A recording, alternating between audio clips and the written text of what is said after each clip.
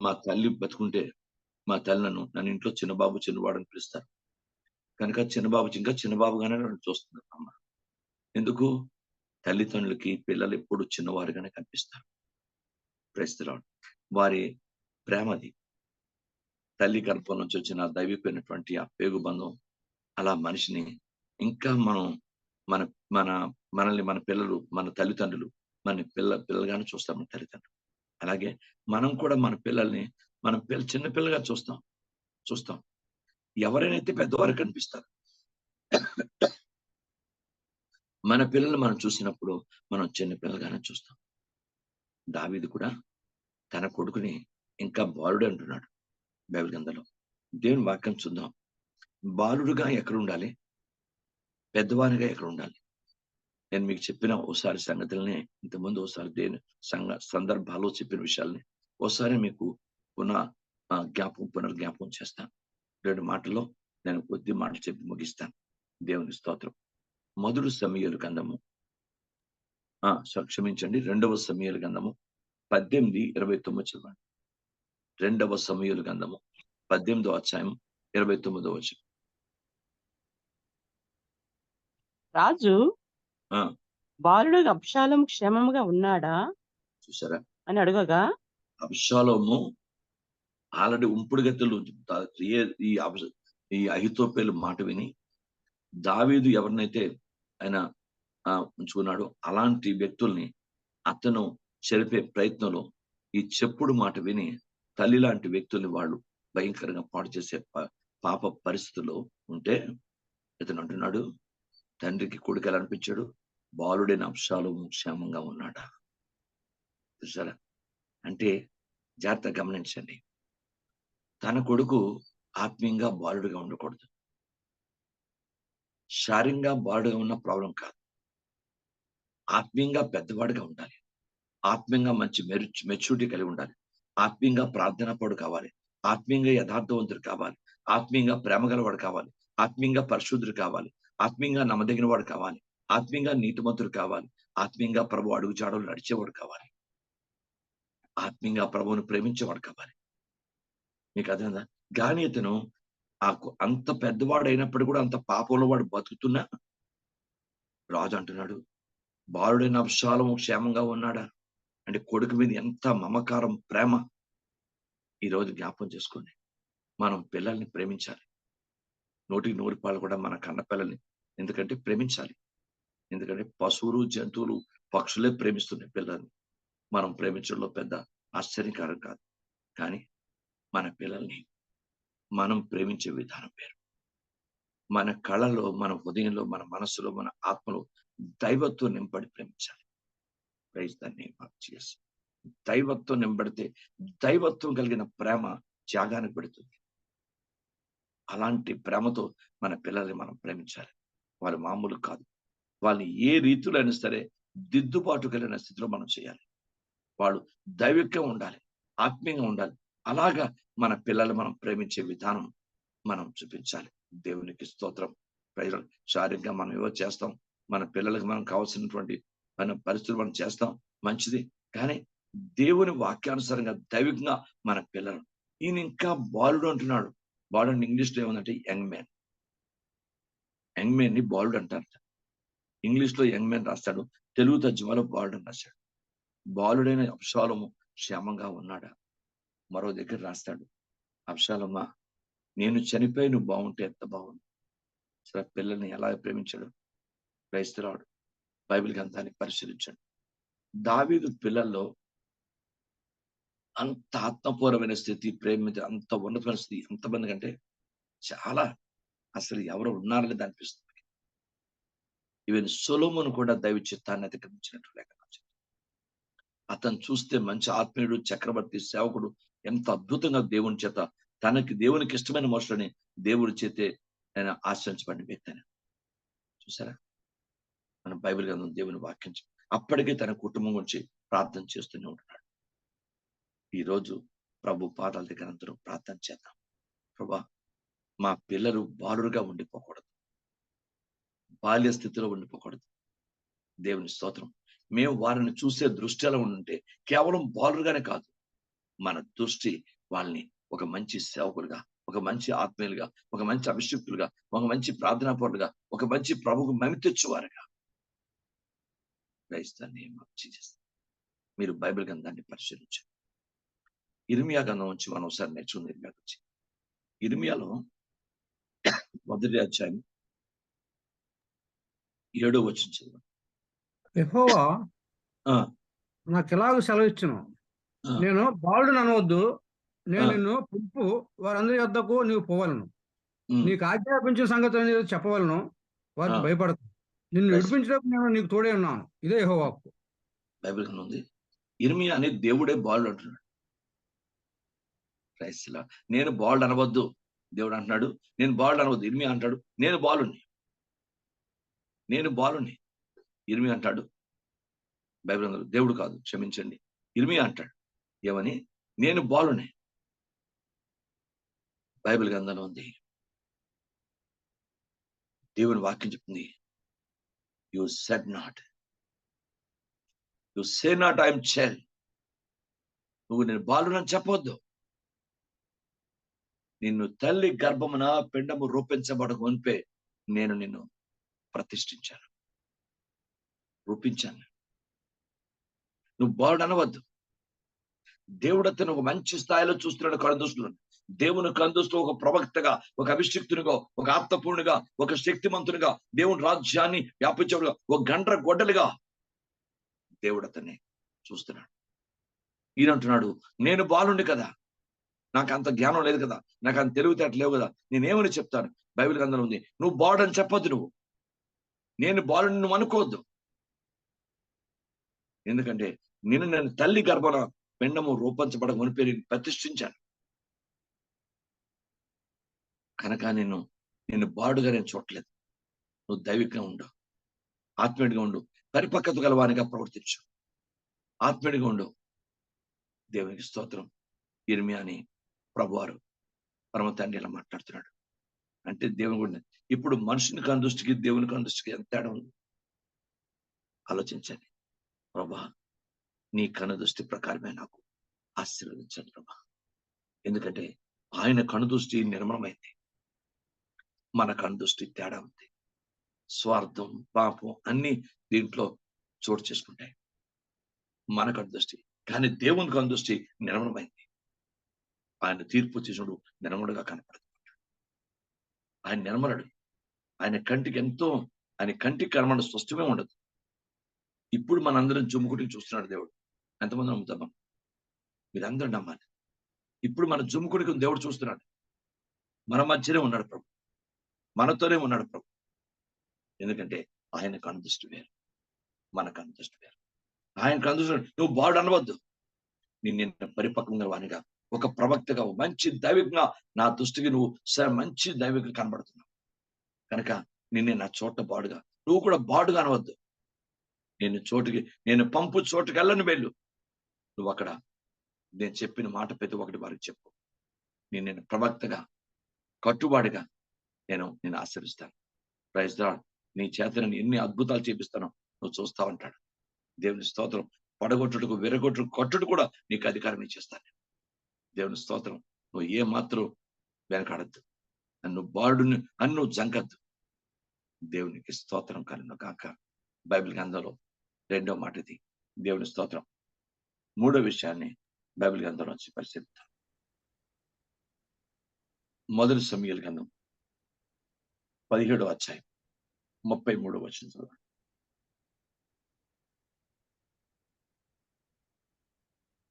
సౌలు ఈ ఫిలిష్తీయుని ఎదుర్కొని వానితో పోట్లాడటకు నీకు బలము చాలదు, నీవు బాలుడవు, వాడు బాల్యము నుండి.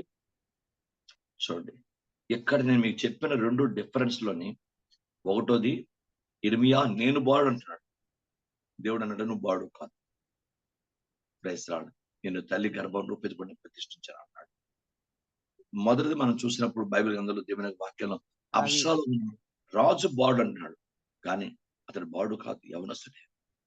ఎందుకు? పాపం చేసే స్థాయికి వచ్చాడు. బైబిల్ గ్రంథంలో ఉంది కనుక అతడు కాదు. ఇక్కడ డిఫరెంట్గా ఉంటది.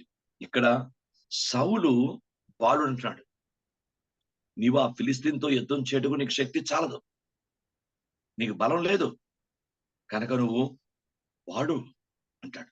అప్పుడు దావీదు అంటున్నాడు, నేను బైబిల్ గ్రంథంలో ఉంది, నేను గొర్రెలు మేపుతున్నప్పుడు ఎలుగుబంటి వచ్చి గొర్రె పిల్లలను ఎత్తుకుని పోయిన సమయంలో ఆ ఎలుగుబంటి చంపడానికి నాకు శక్తినిచ్చిన దేవుడు.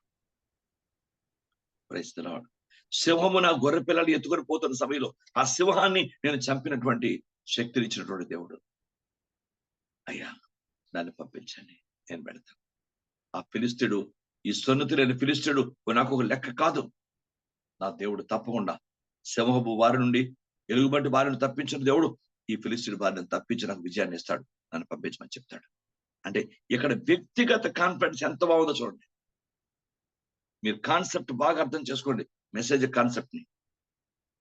వ్యక్తిగతంగా తన తొలక ఉద్దేశం నేను బాలుని అని మీకు కాదు. Praise lord. అంత శక్తినిచ్చిన దేవుడు నాకు ఇప్పుడు శక్తినివ్వడా? ఈయన కూడా నేను బాలుడు అనలేదు, అలాగని పెద్దవాడి పైన అనలేదు. నాకు దేవుడు శక్తినిచ్చాడు, దేవుడు నన్ను వాడుకున్నాడు, దేవుడు నన్ను ఆశ్రయించాడు. ఈ క్రైస్తవ సంఘానికి, దేవుని ప్రజలకి, దైవ సేవకులకి అందరికీ నాకు మీకు కూడా దైవికమైన కాన్ఫిడెన్స్ ఎక్కడ రావాలంటే అక్కడ రావాలి. నా దేవుడు గొప్పవాడు. నేను బాలునే కావచ్చు, బలహీనే కావచ్చు, నా దేవుడు గొప్పవాడు. నన్ను ప్రేమించిన దేవుడు గొప్పవాడు, నన్ను సృష్టించిన దేవుడు గొప్పవాడు, నన్ను వాడుకున్న దేవుడు గొప్పవాడు, నాకు ఆత్మనిచ్చిన దేవుడు గొప్పవాడు, నడిపిస్తున్న దేవుడు గొప్పవాడు, ఆయనే శక్తిమంతుడు. ఈ సెల్ఫ్ కాన్ఫిడెన్స్ దైవికంగా పరాలి. ఇది బాగా అంతరంగంలో నాటుకోవాలి. నా దేవుడు శక్తివంతుడు, దేవునికి స్తోత్రం కలుగును గాక. బైబిల్ గ్రంథంలో నా దేవుడు సమర్థుడు ఎవరు చెప్పారు? షద్రాక్, మేషాకు, అబేద్నెగో. ఒకవేళ మమ్మల్ని వార్త దేవుడు రక్షమైన నీ ప్రతిమకు నమస్కారం చేయ. Praise the name of Jesus. ఎంత దైవికమైన కాన్ఫిడెన్స్ తో అతను దేవుని వాక్య సంబంధంగా పనిచేశాడు. ఈరోజు దేవుని బిడ్డలు ఒకసారి జ్ఞాపకం చేసుకోండి. ఇక్కడ ఈ సెల్ఫ్ కాన్ఫిడెన్స్ ఒకసారి దావీదు పరిస్థితి అలా ఉంది. లేఖన ప్రకారం ఇర్మియా నేను బాలునంటే నువ్వు బాడు అనవద్దని దేవుడు చెప్తున్నాడు. అక్కడ అబ్షాలోము దావీదు అంటున్నాడు నువ్వు బాడు అంటున్నాడు, తండ్రి అంటున్నాడు నువ్వు బాడు అని.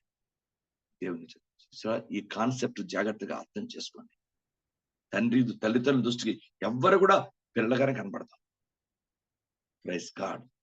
కానీ దేవుని దృష్టి ప్రైజ్ గాడ్ ఇర్మియా మీద ఉంది. ఇర్మియా అంటాడు నువ్వు బాడు అనొద్దు, నీ తల్లి గర్భం పిండము ఏర్పరచమని పేరు రూపించాను, ఏర్పరచుకున్నాను. దేవునికి స్తోత్రం. నేను ప్రతిష్ఠించింది జనములకు ప్రవక్తగా నేను ప్రతిష్ఠించాను కనుక నువ్వు భయపడద్దు, నేను వాడుకుంటాను. దేవునికి స్తోత్రం. నువ్వు నాకు ఇర్మియా గండ్ర గొడ్డల వంటి అవుతాడు. దేవుని స్తోత్రం.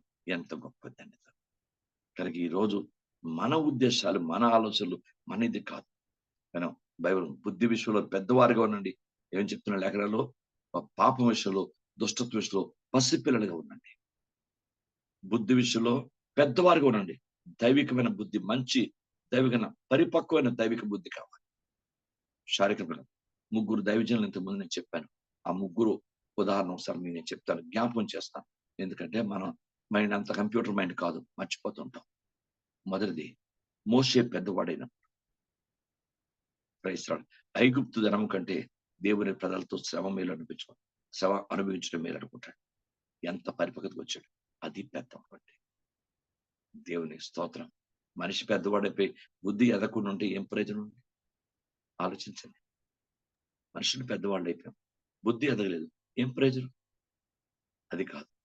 మనుషులు పెద్దవాళ్ళ బుద్ధి ఎదగాలి, పరిపక్వం ఉండాలి, ఆత్మీయంగా ఉండాలి, ప్రభువుకు అనుకూలంగా, ప్రభువుకు మహిమకరంగా ఆలోచించే విధానం ఉండాలి. దేవుని స్తోత్రం. ఇక్కడ అంటాడు లేఖనాల్లోనే మోషే పెద్దవాడినప్పుడు ఐగుప్తు ధనము కంటే దేవుని ప్రజలతో శ్రమ అనిపించడం ఎంత మేలు. ఏమండి, ఎవరన్నా దావీదు రెండు ఐగుప్తు ధనాన్ని శ్రమను పక్కన పెడితే ఎవ్వరూ శ్రమ కోరుకోరు. ఐగుప్తు ధనాన్ని కోరుకుంటాడు, ఈ లోకంలో ఉన్న ధనాన్ని కోరుకుంటాడు. శ్రమ ఎవరికి కావాలి? బాధలు, కన్నీళ్లు ఎవరికి కావాలి? చూసారా ఎంత పరిపక్వంగా ఆలోచించాడు. అది పెద్దవాడు. దేవునికి స్తోత్రం అనగా తన నిజమైన దేవుడు, తన హెబ్రీడు, తన నిజమైన దేవుడు, తన దేవుడు.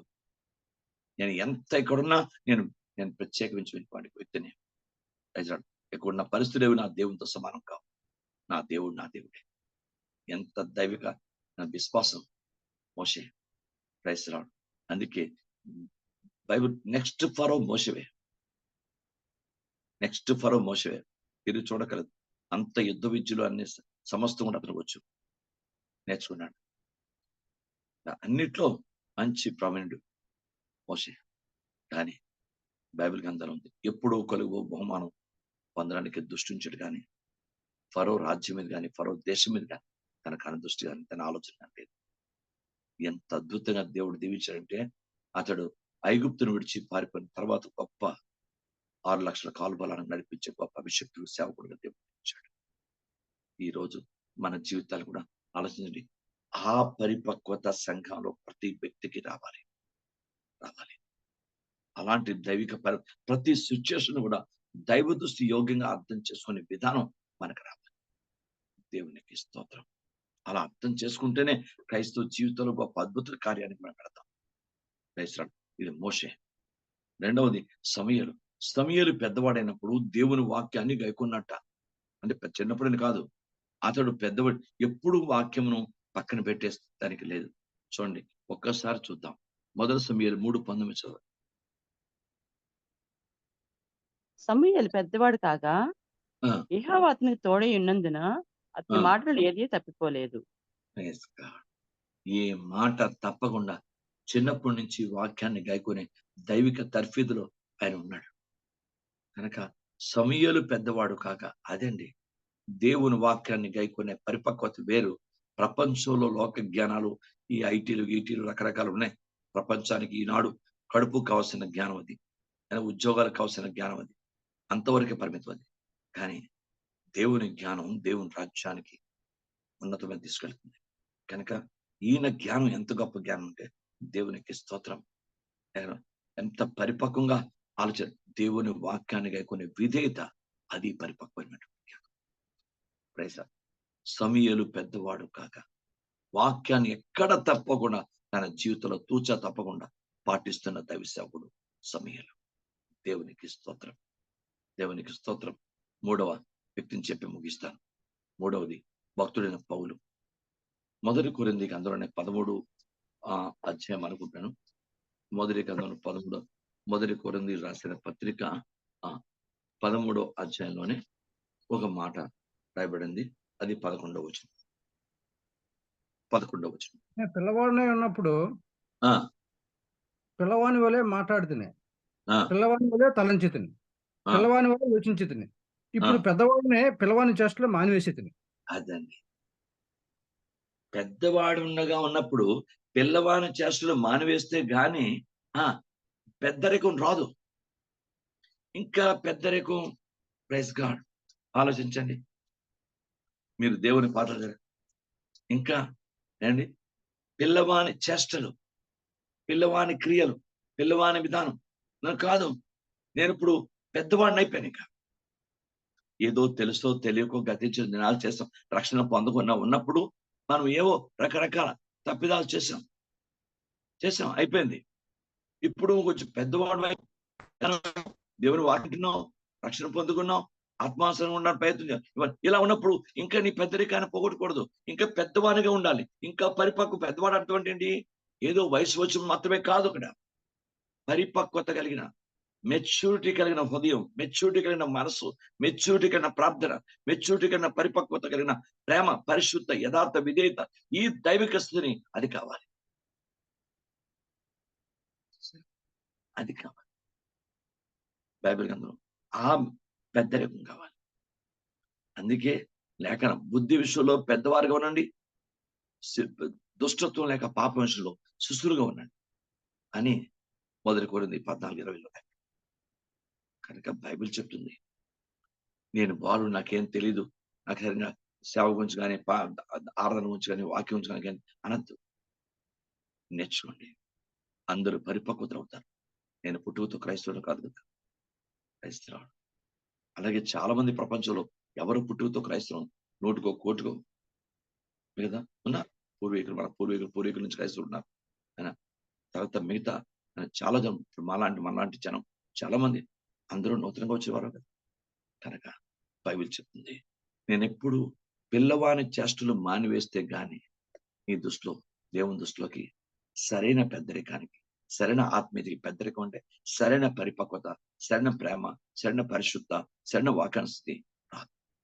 కనుక మన జీవితంలో కొన్ని దైవ దృష్టి వ్యతిరేకమైనటువంటి బ్లాకులు ఏమన్నాయో ఆ బ్లాకులు తీసేసుకుంటే ఆ ఆయస్కర మార్గములు గాని, పనికిరాని తీగలు గాని, చేదని వేలు గాని, పులుసుని పిండి గాని ఇవి తీసేసుకున్నాం అనుకోండి, మనం బుద్ధి విషయంలో పెద్దవారుగా ఉంటాం, పరిపక్వత కలిగి ఉంటాం, ఆత్మీయత కలిగి ఉంటాం, ప్రేమ కలిగి ఉంటాం, అవిషయం కలిగి ఉంటాం. ఒక దైవత్వం మన జీవితంలో చోటు చేసుకుంటుంది. కనుక దైవ సంబంధమైన శక్తిని మన జీవితంలో ఎప్పుడు మన జీవితంలో ఆవరించి ఉంటుంది.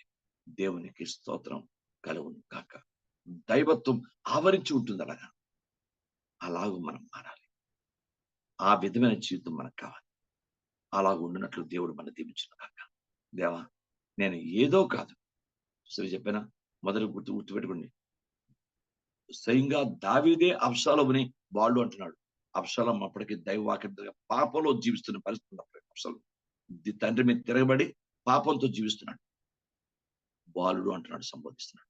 అంటే తండ్రికి ఏ పిల్లలుగానే కనపడతారు.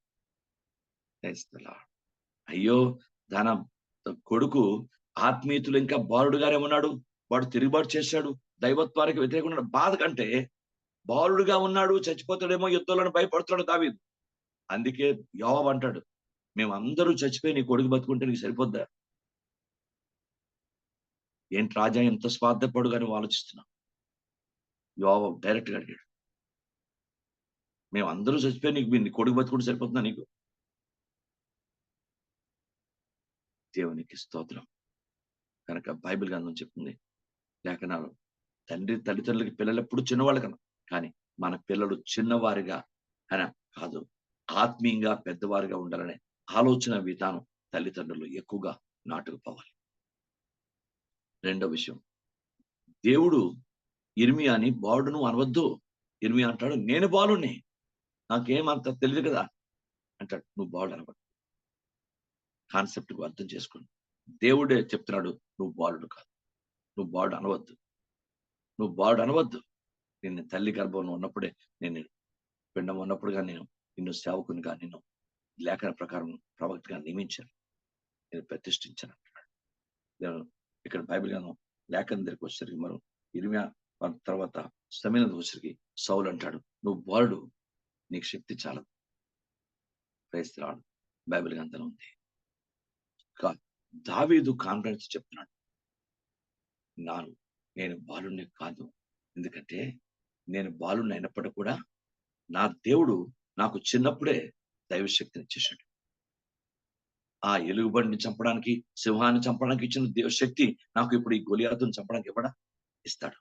నాకు ఏవి ఈ సైనిక వస్త్రాలు ధరింపచేయకండి, నాకు అలవాటుగా ఉన్నవేవో నేను పట్టుకొని వెళ్తాను, రాజా నన్ను పంపించమని చెప్పాడు.